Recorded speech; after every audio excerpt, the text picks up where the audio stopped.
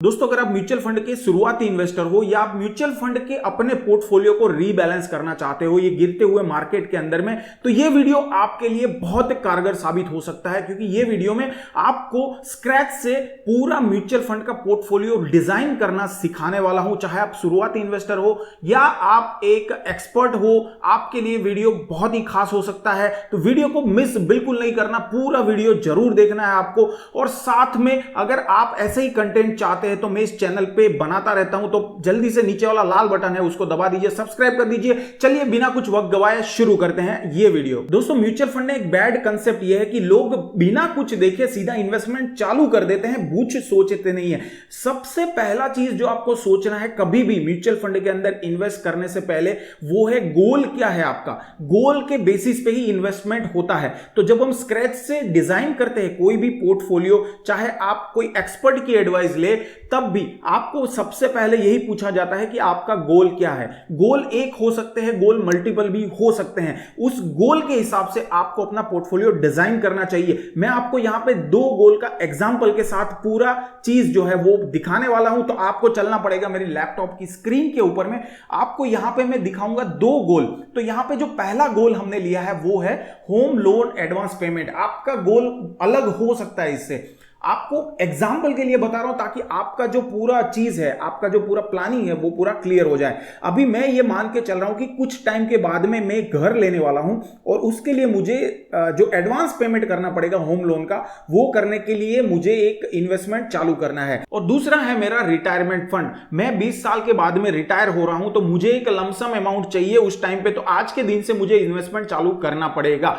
तो यहां पे ये दो गोल जो है हमने सेट कर लिया। चलिए अब नेक्स्ट देखते हैं होम लोन एडवांस पेमेंट वाला गोल। तो इसके अंदर में अगर आप यहां पे क्लियरली देखेंगे तो जो टाइम लाइन है, टाइम फ्रेम है, वो 8 साल है। मतलब कि 8 साल बाद मुझे यहां पे होम लोन एडवांस पेमेंट जो है वो इकट्ठा करना है। और वो कितना करना है वो डिपेंड करता है आपके ऊपर, आप कितना बड़ा घर लेना चाहते हैं। तो आपके पास यहां पे दो चीज तो बहुत क्लियर हो जाती है। एक तो है टाइम लाइन, कितने टाइम पे आपको पैसा चाहिए और आपको कितना पैसा चाहिए। आपको अगर 40 लाख का लोन लेना है तो आप उस हिसाब से 20% डाउन पेमेंट करना पड़ेगा, तो आपको 8 लाख रुपए चाहिए।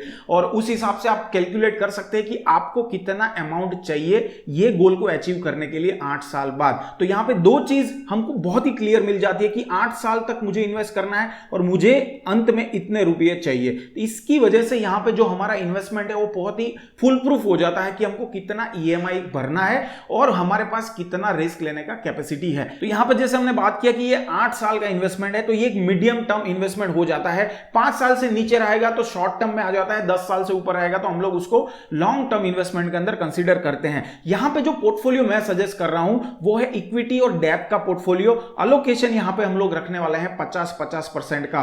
और इस 50% में अगर हम लोग देखें इक्विटी के अंदर, तो ये जो 50% का इन्वेस्टमेंट है, मतलब मान लीजिए कि आपको 8 साल के बाद में जो अमाउंट जमा करना है उसके लिए आपको 10,000 का ईएमआई भरना पड़ेगा। इस महीने से हर महीने 10,000 का ईएमआई भरना है, तो उसका 50% ईएमआई जो है वो आपको इक्विटी के अंदर डालना है। इक्विटी मतलब आपका हो गया जो भी इक्विटी म्यूचुअल फंड है उसके अंदर, डायरेक्ट शेयर मार्केट के अंदर। तो इसमें लार्ज कैप, फ्लैक्सी कैप और मिड एंड स्मॉल कैप का पोर्टफोलियो बनता है, जिसमें आपको लार्ज कैप के अंदर 60 से 70% एलोकेशन देना है। तो अगर मान लीजिए 10,000 का 50% गिनेंगे 5,000 होता है, तो 5,000 का 60 to 70% मतलब कि 3,500 रुपए आपको लार्ज कैप में डाल देना है सीधा।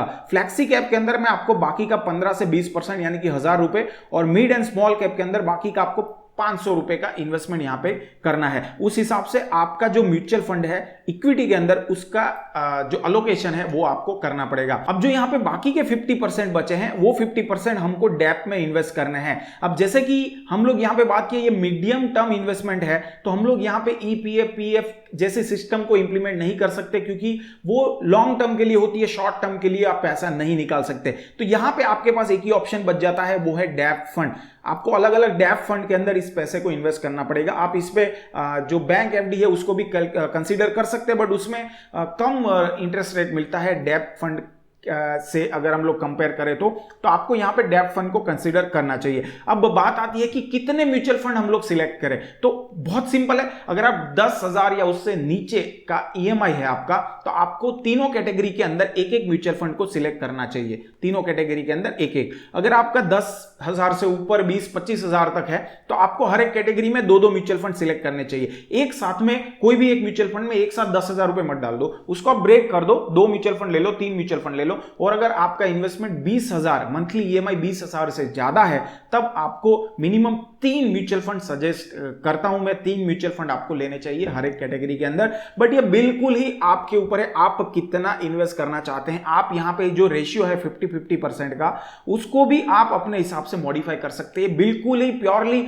ऐसा चीज है कि ये रिस्क टेकन, कितना रिस्क ले सकते हैं। मैं यहां पे जो एग्रेसिव रिस्क ले रहा हूं 50%, मेरा पोर्टफोलियो का 50% ही एग्रेसिव रिस्क ले रहा हूं, वो भी मैं इक्विटी के अंदर डाल के रिस्क ले रहा हूं। और इक्विटी के अंदर भी मैं यहां पे 5 से 10% ही एकदम हाई रिस्क वाला जोन में जा रहा हूं, जहां पे स्मॉल कैप और मिड कैप के अंदर मेरा इन्वेस्टमेंट है। तो ये बिल्कुल आपके ऊपर डिपेंड करता है, आप किस हिसाब से रिस्क टेकिंग कैपेसिटी आपकी कितनी है, उस हिसाब से आपको इन्वेस्ट करना चाहिए। चलिए अब दूसरा गोल देखते हैं, वो है रिटायरमेंट फंड। तो मेरे पास में 20 साल का टाइम है, तो ये गिना जाएगा लॉन्ग टर्म इन्वेस्टमेंट। यहां पे भी इक्विटी डेप्थ 70% इक्विटी और 30% डेप्थ मैं रिकमेंड कर रहा हूं यहां पे, जिसमें लार्ज कैप के अंदर आपको 40-50% अलोकेशन देना चाहिए। सिमिलरली जो मैंने आपको ईएमआई यहां पे जो बताया था 10,000 का एग्जांपल, उस हिसाब से आप कैलकुलेट कर सकते हैं। फ्लैक्सी कैप के अंदर 20 से 30% और मिड एंड स्मॉल कैप के अंदर 10 से 20% अलोकेशन देना चाहिए। लेकिन यहां पे आपके पास में एक बड़ा होरिजोन है, 20 साल है आपके पास, तो लॉन्ग टर्म में रिस्क जो है वो मिटिगेट हो जाता है, एवरेज आउट हो जाता है। तो आप यहां पे अपने रिस्क प्रोफाइल के हिसाब से थोड़ा ज्यादा रिस्क भी ले सकते हैं। आप यहां पे जो मिड एंड स्मॉल कैप का अलोकेशन है उसको आप यहां पे बढ़ा भी सकते हैं, ये बिल्कुल आपके ऊपर है। यहां पे जो डेप्थ है बाकी का 30%, उसको हम लोग यहां पे इन्वेस्ट कर सकते हैं पीएफ एंड पीपीएफ अकाउंट के अंदर, क्योंकि लॉन्ग टर्म के अंदर ये अकाउंट में ज्यादा इंटरेस्ट मिलने की संभावनाएं बढ़ जाती है।